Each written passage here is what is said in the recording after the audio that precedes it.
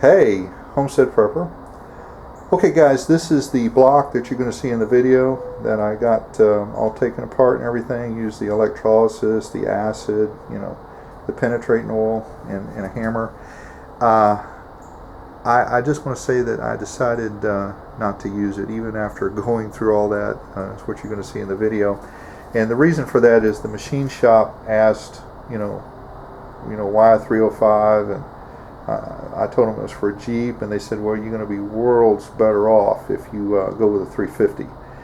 And they said it's going to be cheaper, it's just going to be better, and it's going to have more power. And so what I've done, guys, is I have that in stasis right there. That's grease on it so it can't re-corrode. And I've got a 350 right here. Okay, now this is one of these high nickel blocks, and this is actually, if you look at the number, that is a 302, 350, or 327. It depends on the crankshaft that you put in there. Of course, it could turn into a 383 if you put a 400 crank in there. And that's my freshly ground 350 crank. Those are some world product heads, and there's some other parts. And I want to mention now about my backup channel, which is Gearhead 327.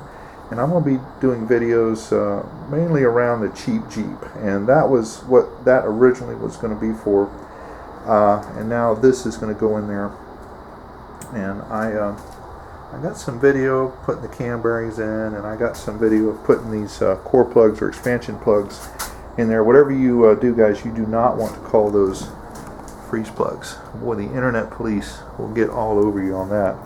But Gearhead 327 is going to be dealing more with motors and the cheap Jeep project. I don't know, I may mirror it on HSP. Here's my transfer case, and that is a SM420 4-speed.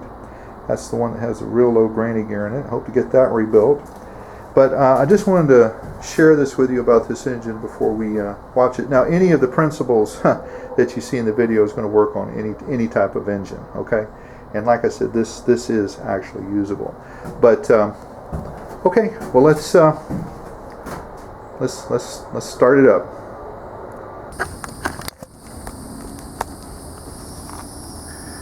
All right, I was able to get, yeah, that looks nasty, doesn't it? Like something out of a horror movie.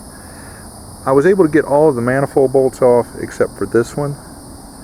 I tried to beat this with a hammer and break this off. I mean, obviously this is not going to be reused, as is this head.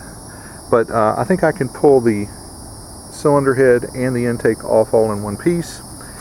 And this over here, I had all the head bolts come out except for this one. You can see it's rounded off, and this one right there. But I think I've got a cure for that, being that the head is junk.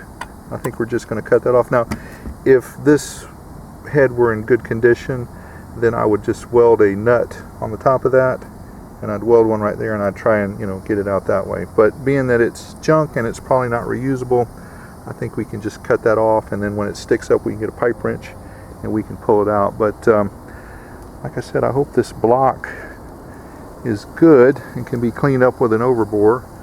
You can see the number on it. That'll tell us that it's a 305 of the 1980s variety.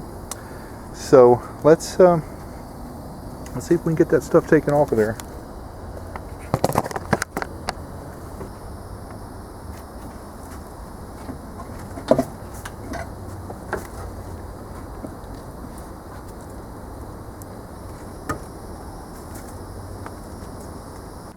Guys, I got to tell you that one of the nastiest cuts I ever got was off of one of these broken spark plugs right here.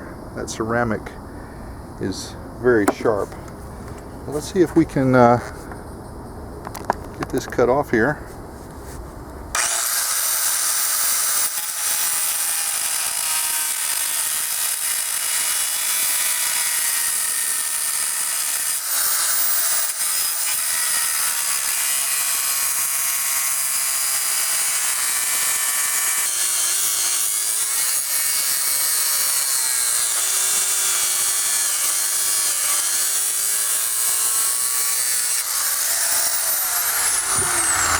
Alright, let's tap it with a hammer and see if we can loosen up that cylinder head right there.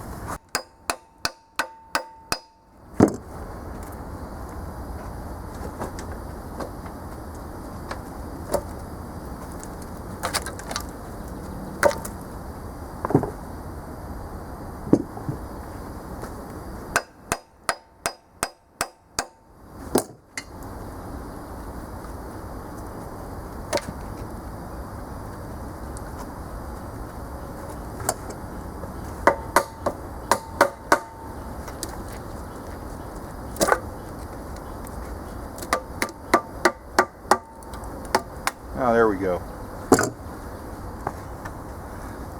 Hopefully you saw how easy that was.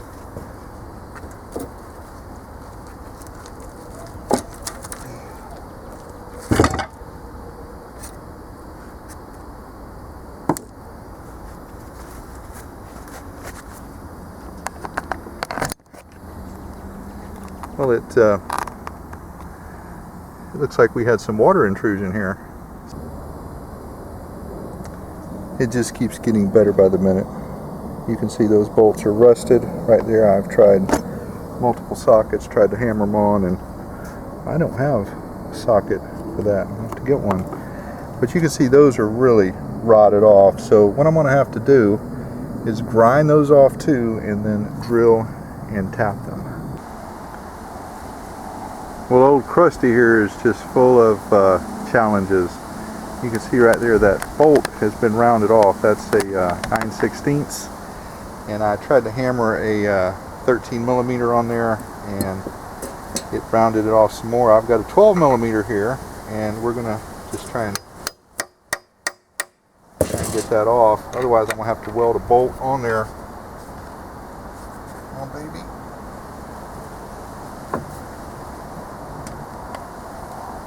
Ah! Boy, we lucked on that. And guys, if you go ahead and run this out, you'll never get that thing off of there. So while it's in there, oh, it came right off. Sometimes it sticks on there. So that's a 9/16. I guess it's swaged down to a 12 millimeter.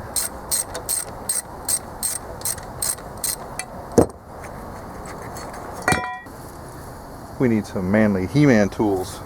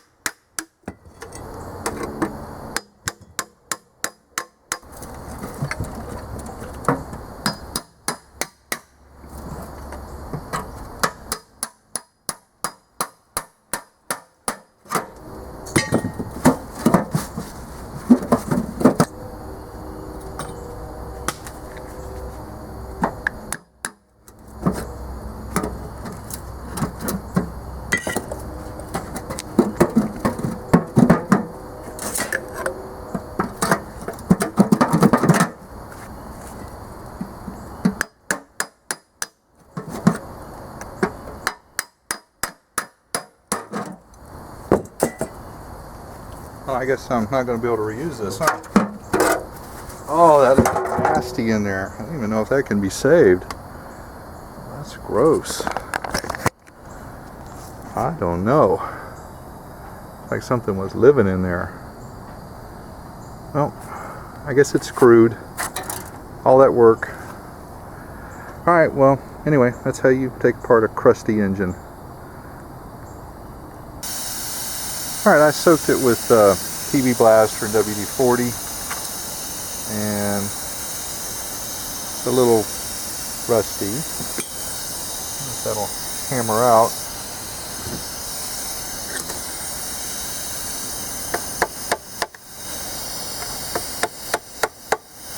It's pretty locked up in there. I'm going to have to do something creative to get that out of there. Well, you guys saw how corroded the bottom end of that engine is. I tried to beat out one of the pistons and it didn't want to come out, so I have tried something alternative right here.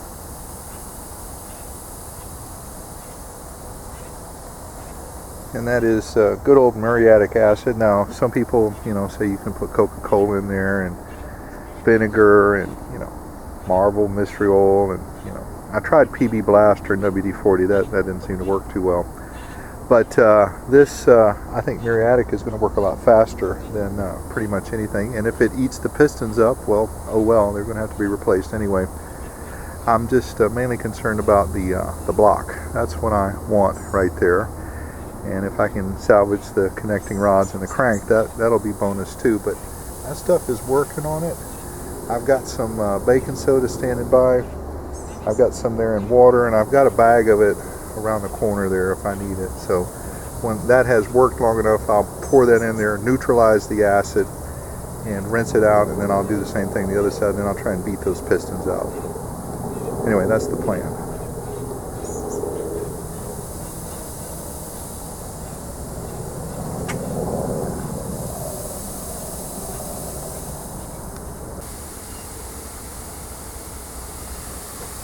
Wow, it really looks like it's excited.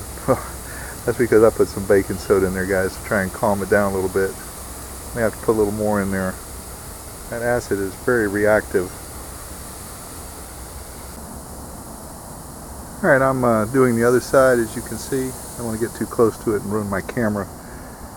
But I'll let that work for probably about an hour, and then I'll dilute it with some baking soda, and we'll rinse that out of there. Baking soda, like I said, neutralizes the acid, and it makes it non-dangerous. Alright, let's let that work.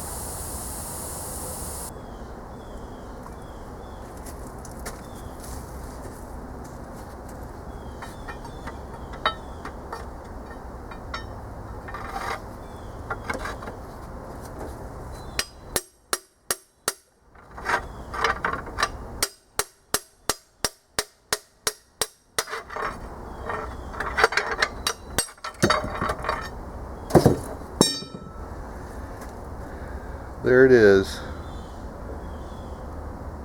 What a pain. I've never had one that difficult before.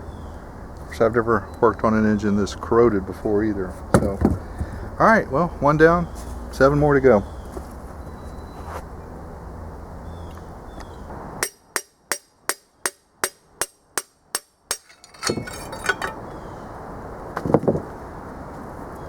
Two down.